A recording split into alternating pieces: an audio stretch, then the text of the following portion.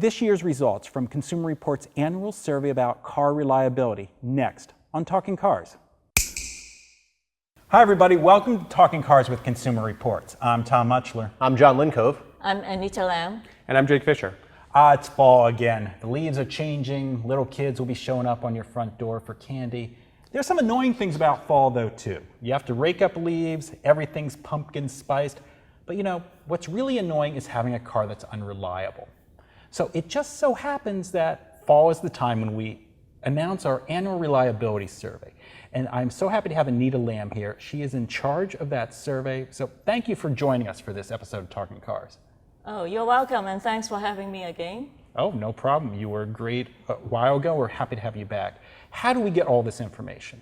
So each year in spring, we send out a questionnaire to all our subscribers, asking them about problems they had with their vehicles in the past 12 months. Mm-hmm. And we're gonna focus a lot in this episode on new cars. You know, if you go to buy a new car, what is your most reliable choices? What are your least reliable choices?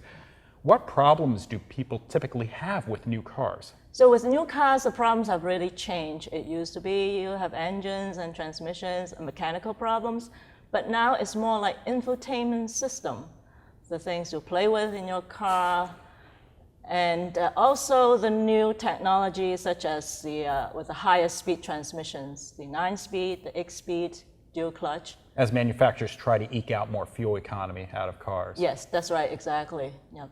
And we often see new infotainment systems and new transmissions in redesigns. So that's sort of this very vulnerable point in a car's life cycle. And these trends are going to come up again and again as we go through this episode of where you start seeing cars fall down in reliability. So Jake, you want to buy a reliable car. What are the most reliable car brands? So again at the top, we see Toyota and Lexus. These just every year we're seeing they continue to be reliable. They're a very conservative company really as they roll out new technologies, and it works well. But what's really interesting is number 3. Mm-hmm. Number 3 is Buick. Mm. And this is really the first time in the top 3, and Anita, correct me if I'm wrong, I mean, I don't recall ever seeing a domestic as number 3 automaker. I mean, going back to as long as we've been comparing automakers. Mm. So it's really a big shift. Right. John, how does Buick make it into the top 3? A lot of their products have been maybe a little long in the tooth, or they've already been in other countries. So they have a very Europe-dominated lineup mm-hmm. with a couple of their models. They also don't have the big pickup trucks and the big SUVs that are populated throughout the other Chevrolet brand, the General Motors brands, excuse me. So they have vehicles that have had the kinks worked out of them. Mm-hmm. From the other parts of the country or whatever. And again, big thing that hurts Chevy, GMC and such, and even Cadillac, some of these big trucks, Buick's just void of that. They have a small lineup, and when everything's really good, it boosts them up. I mean, they've been in the top 10 and bouncing around there for the last couple of years, so it's not a shock that they're doing well. To move up to number 3 is huge. The Enclave's been around the Encore's been around a while. We are seeing some new products out of Buick, as we talked about on a podcast a couple weeks ago. Envision, Cascada. So we'll see how they affect the lineup. Right. We don't really have sufficient data on those new models yet. So this year, maybe next year, we'll be able to tell how they do. Right. A brand that is continuing to do well in reliability is Audi. Why is Audi doing well? They are actually kind of like Toyota and Lexus. They're rather cautious. They don't do big dramatic changes in technology. Their infotainment system, the MMI, has always been reliable. They do tweaks to it and they're fine. The engines and transmissions, they are well-proven platforms. Mm-hmm.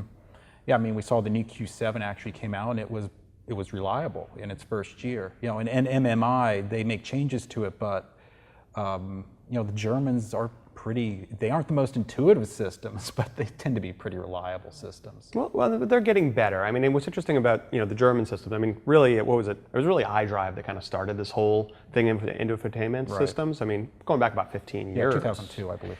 And at the time it was buggy and there was problems with it and was really, really complex.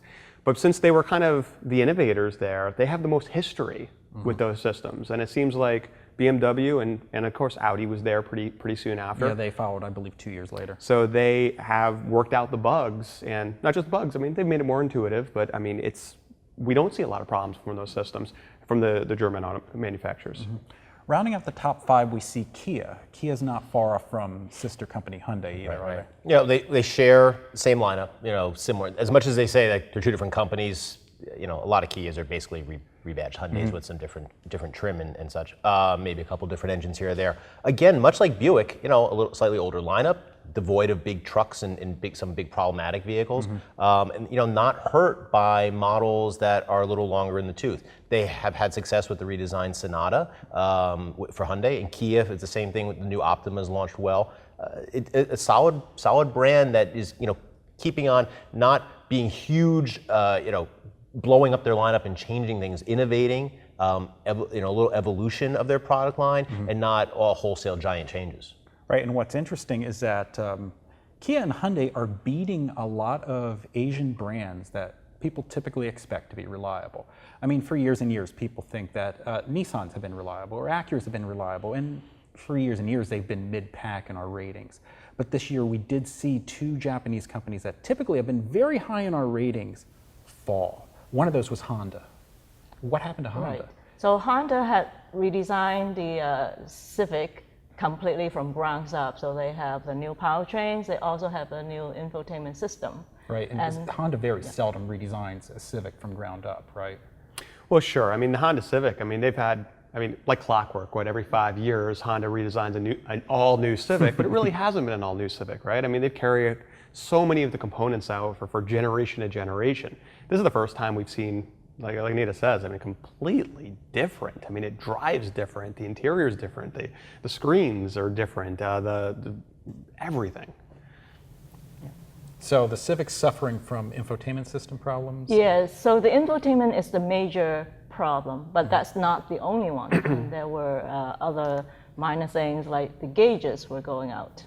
Well, that's not good. Yeah. They also had some issues with the Pilot. The Pilot shares the same infotainment system, so it also have more or less the same issue. Okay, that makes sense. A brand that has dropped, that has typically been doing very, very well in our ratings, is Subaru. What happened to Subaru? Well, Subaru is small lineup, you know, so when everything's great, they move up really high. When a couple core products hurt them, they drop quickly, and that's what happened here. Legacy Outback, they dropped to average. Right. Average is fine, but for a vehicle, you know, for a manufacturer like that, where they've had above average for years, that's a big drop for them. And then also you have the WRX, smaller model line overall, not as high in sales, but it went to below average, so that hurt them. And then compound that with the fact that the Impreza is being redesigned, so there's not, we took that out of our brand rankings, and that really hurt them as well, because the Impreza was a solid, reliable vehicle that boosted the brand up. Right. So you have a kind of a confluence of factors that hurt Subaru. Okay, so that pretty much summarizes the Asian brands. Now, Buick, let's talk about the domestics. Buick was up at number 3. A lot of the other domestics, other than Fiat Chrysler, which we'll get to later, have been falling mid-pack. Chevy and Ford, they're almost equal. How's Chevy looking, Anita? Well, Chevy, this year, to talk about the good news, the Corvette improved to average. Having a couple of years after the redesign, they were below, so that helped them out. But one of the disappointment was the new Volt that was redesigned for 2016.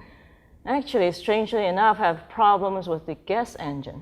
Oh, that's no good. So that brought the reliability to, well, below average. They also impressively launched the Cruise pretty well, didn't they? Yes, yeah, okay. That was the other good news I forgot, was the Cruise had well above average reliability. In fact, it's the most reliable among compact cars. Well, after the Prius. And that makes the Cruise quite an interesting car to buy, doesn't it? Yeah, I mean, the Cruise did well in our tests too, so to see it's reliable, that's pretty impressive. I mean, just to hold on the Volt for a second, I mean, it is pretty amazing. You have this, you know, electric hybrid, all this vehicle, and what goes wrong is the gasoline engine. But you know, if you look at hybrids in general, you know, they tend to do pretty well. Electric cars in general tend to do pretty well. But it's kind of that added complexity that the car has that could be bringing it down. Chevy, however, has a problem, which you alluded to earlier with trucks. Yeah, so kind of gave it away, but they're Thanks, John. you know, wah, wah. Silverado, Sierra, Tahoe, Suburban, and then Right, it these even problems affect the GMC equivalent. affects the GMC equivalent as well. It even reaches into Cadillac, which we'll probably we'll get to that. We'll get to Caddy too. Yeah. But they're big, they're complex vehicles in many ways. Even though they're trucks, they still have a lot of different aspects to them. In the sense you're building full-size SUVs on them as well as you're building pickup trucks. They're having a lot of issues. Across the line, and the way GM populates those vehicles throughout their product line. It was one thing; it was only pickup trucks, right. But because they're building so many SUVs and they have such a huge volume of them that it's rippling through, and they're dropping, and they're hurting. In fact, hurting the domestic pickup market of availability of a good, reliable pickup truck for people to go out and buy, or a big full-size SUV. Because for the most part, GM sedans are typically pretty reliable, but their full-size trucks and full-size SUVs aren't. It's a bit of the same case with Ford, isn't it, Jake? Pretty much, yeah. I mean, there were some very serious issues with Ford as they really launched all their new products. But now we're seeing they're getting a bit out of the woods. I mean, the Ford Fusion has improved. That's a really nice entry. But while the pickup trucks they're struggling with, they're not completely out of the woods with their car products too. And really, it's not so much the infotainment systems. I think they're getting a handle off Mind 4 Touch and moving on to Sync. There's some indications that Sync 3 is quite a bit better. But the transmissions that they have put in some of their products, like the Ford Fiesta and the Ford Focus, they're still troublesome. They really hit the ground with a lot of problems. Again, as Anita was saying, with these multi-speed transmissions, dual clutch transmissions, dual clutch has really been kind of a sore point for Ford cars. Which is a shame because, like you talked about, Sync 3 is appearing to be quite a bit of a better launch than my Ford Touch ever had when it comes to infotainment, right?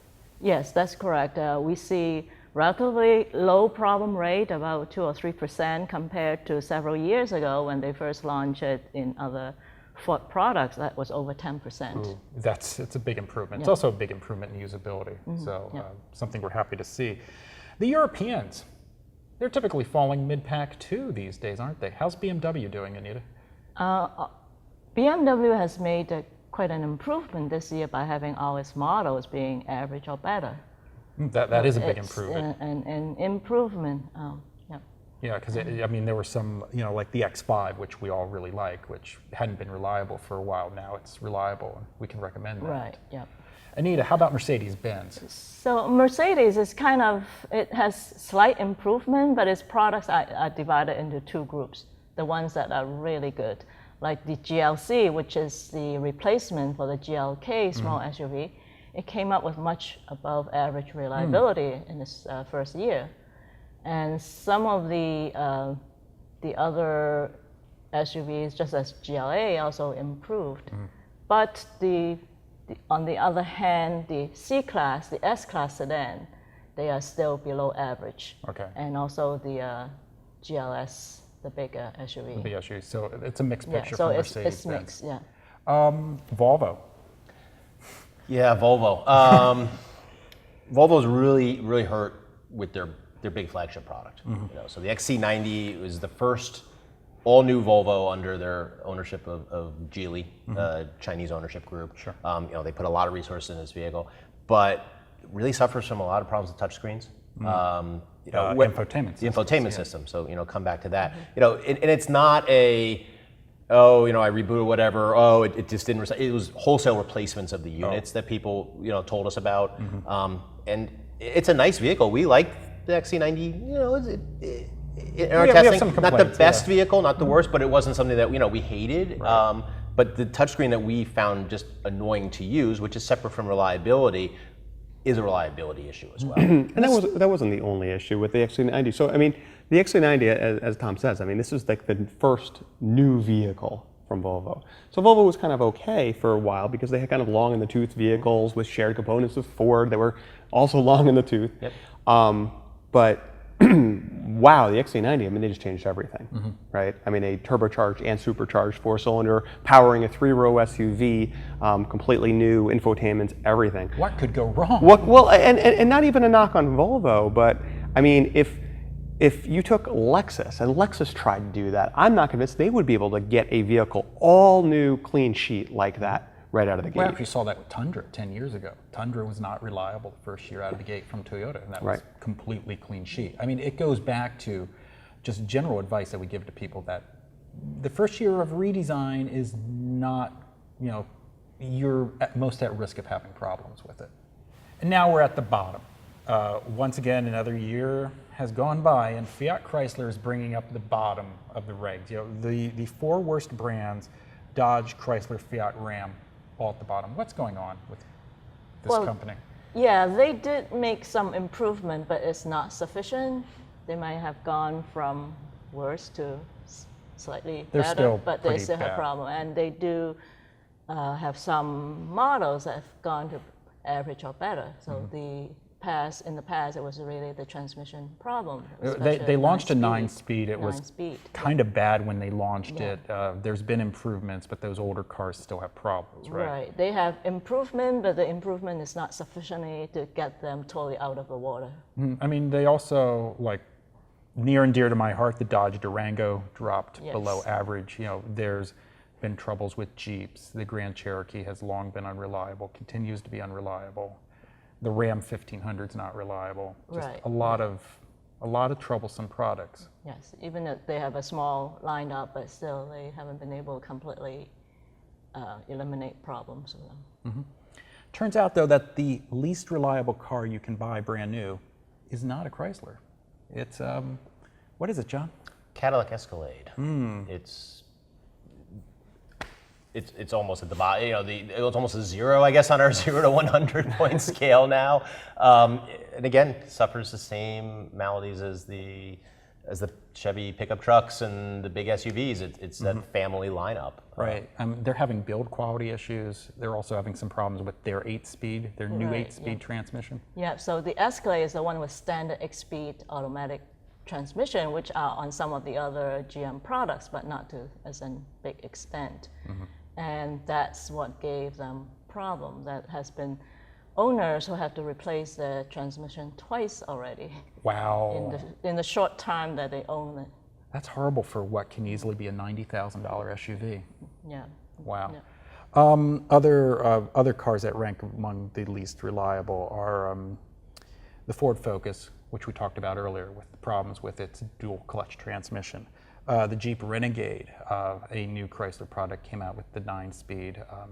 They had some build quality issues. You talked about earlier that the Chevrolet Suburban and the GMC The Yukon Yukon XL XL, equivalent, there's build quality issues there too. And the Chrysler 200, another product that they had with the 9-speed. But all this talk about new cars kind of misses the fact that our survey is this treasure trove of information. It goes back, how many years are we giving information for now? Well, we give information for about 10 model years, and since people are keeping their cars for longer, we started asking about even older model years, going back to 2000. Wow. So you wind up being able to see trends, things like, when do problems typically show up? I buy a new car. When do problems start to show up? And it's actually quite interesting that problems start to show up the second year. So you expect the first year is kind of the honeymoon period, everything's fine, but in the second year, that problem rate almost double. Wow. So the honeymoon's over after Yes. after about 18 months. Well, that's depressing.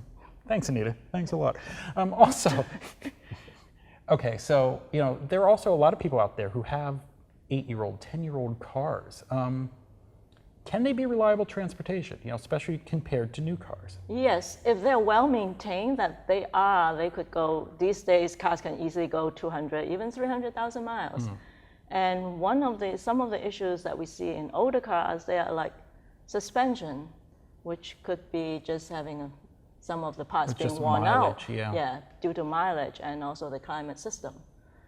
So then it sounds like, though, if you buy a car from a reliable brand, you can have a very long lifespan with it. Yeah, sure, yeah. So that is going to wrap it up for this year's episode on reliability. As always, we thank you for listening. We'll see you again next time.